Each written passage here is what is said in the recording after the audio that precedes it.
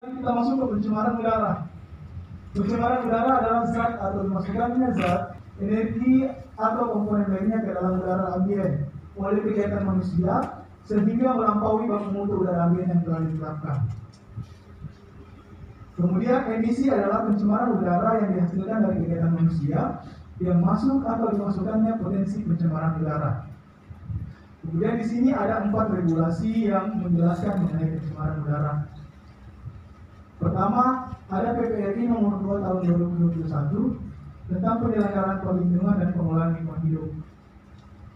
Kemudian yang kedua ada Permenhan nomor 13 tahun 1995 tentang baku mutu emisi sumber tidak bergerak. Kemudian yang ketiga ada yang namanya Permenhan nomor 4 tahun 2014 tentang baku mutu emisi sumber tidak bergerak bagi usaha dan atau kegiatan pertambangan. Dan yang terakhir ada Permenhan nomor 15 tahun 2019 tentang baku mutu emisi pembangkit listrik tenaga termal. Jadi semua yang membahas tentang pencemaran udara itu ada regulasinya. Seperti baku mutu emisi sumber tidak bergerak, cerobongnya itu kan misalnya kita mengeluarkan emisi atau polusi dari cerobong, itu kan ada pemeriksaan, ada baku mutunya, ada parameternya. Jadi ketika diatur di sini berapa baku mutu misalnya dari SO2, kalau misalnya berapa baku mutu dari NOx, di sini ada aturannya. Jadi kalau melebihi, jadi ketika baku mutu yang melebihi dari peraturan Menteri Lingkungan Hidup, maka itu kita sudah melanggar. Seperti itu. Begitupun juga dengan yang lainnya. Kemudian sumber pencemaran di dalam kawasan. Di sini ada 3 ya. Yang pertama ada sumber tidak bergerak, ada sumber bergerak dan sumber gangguan. Untuk sumber tidak bergerak itu sendiri di sini ada 2 sumbernya. Yang pertama itu dari cerobong pabrik, dan yang kedua itu ada yang namanya cerobong power plant atau PLTU.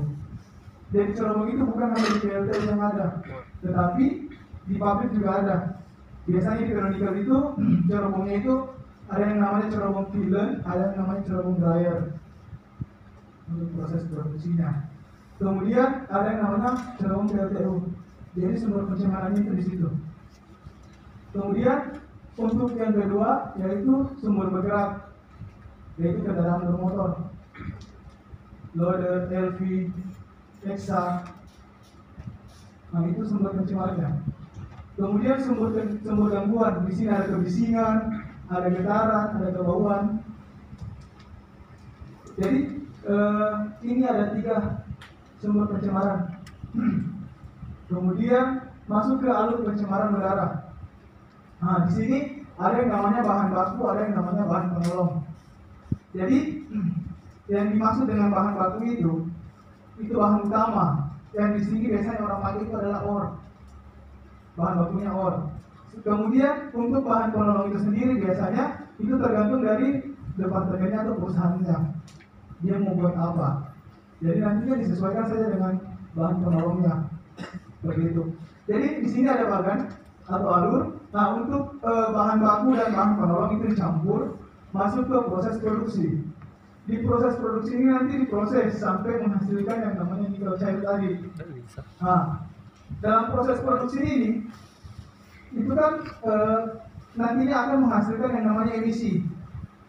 Nah, emisi tadi itu supaya tidak langsung keluar ke lingkungan, itu ada alat yang dipakai untuk mengendali emisi yang dikeluarkan tadi, yang dinamakan dengan yang namanya ESP atau alat penangkap debu. Nah, kemudian di ESP itu sendiri nantinya debu itu akan ditangkap. Nanti kemudian setelah ditangkap itu akan dicampurkan dikasih tekanan listrik, kemudian dia gas ya, tekanan gas, nanti dia akan jatuh terus dicampurkan dengan air sehingga menjadi lumpur. Setelah menjadi lumpur nantinya diangkut kembali lagi ke gudang bor seperti itu. Nah, di alat pengendali emisi ini nanti juga akan diukur apakah emisi itu nantinya melebihi baku mutunya atau tidak melebihi baku mutu dari parameter-parameter yang akan diukur nantinya seperti itu. Kemudian pengendalian pencemaran. Di sini ada 2 sumber tidak bergerak dengan sumber bergerak. Yang pertama, untuk sumber tidak bergerak itu memasang alat pengendalian pencemaran udara. Yang saya bilang tadi, alat pengendalian pencemaran udara itu ada yang namanya ESP. Kalau untuk di cerobong chiller dan cerobong dryer itu biasanya kita pakai ESP. Sedangkan untuk cerobong furnace biasanya kita kenal juga dengan yang namanya exhaust. Kemudian yang kedua, memasang alat pemantauan emisi cerobong. Untuk alat pemantauan emisi cerobong di sini kita gunakan yang namanya CEMS. Nah, alatnya seperti ini, yang pemantauan emisi cerobongnya. Jadi di alat CEMS ini dia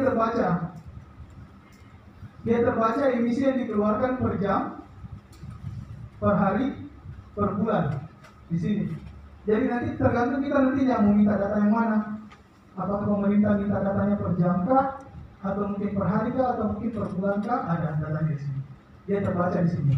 Berapakah nilai emisi yang dikeluarkan? SO2-nya, NOx-nya, O2-nya, semua terbaca di alat ini.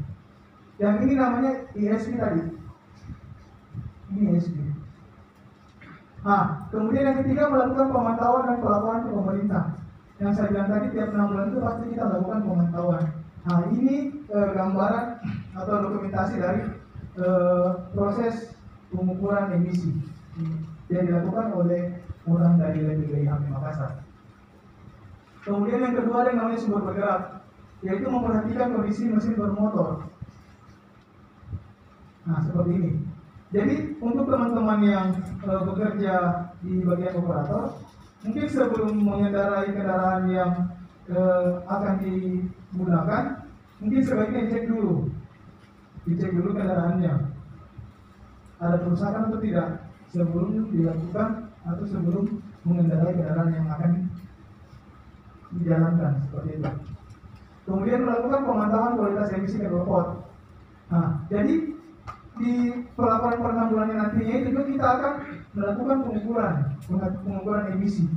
Tetapi nanti diacak alatnya, tidak semua, cuma beberapa saja. Dan yang terakhir juga melakukan pelaporan ke pemerintah.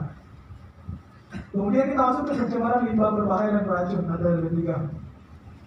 Nah, limbah bahan berbahaya dan beracun yang selanjutnya disebut LB3 adalah sisa suatu usaha dan atau kegiatan yang mengandung bahan berbahaya dan beracun seperti bahan kimia, bahan minyak kendaraan dan lain-lain.